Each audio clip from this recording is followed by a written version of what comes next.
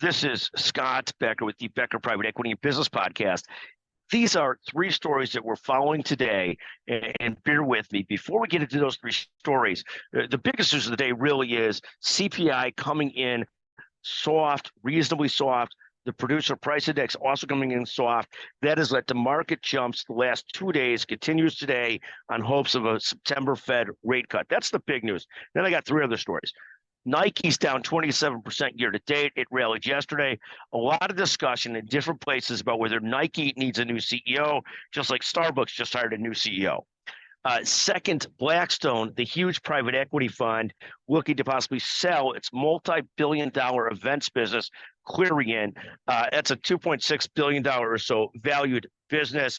And just another example of the big private equity funds starting to looking at exits and starting to look at deployments of capital. It also says the conference business is back up.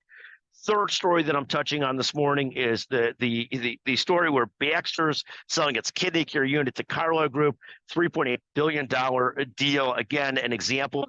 Private equity starting to get back in the game heavily. Baxter dropped 7% or so on the news. Not a good day for Baxter in terms of that news. Thank you for listening to the Becker Private Equity and Business Podcast. Thank you for joining us today. We're always looking for suggestions, 773-766-5322. Thank you very, very much for joining us.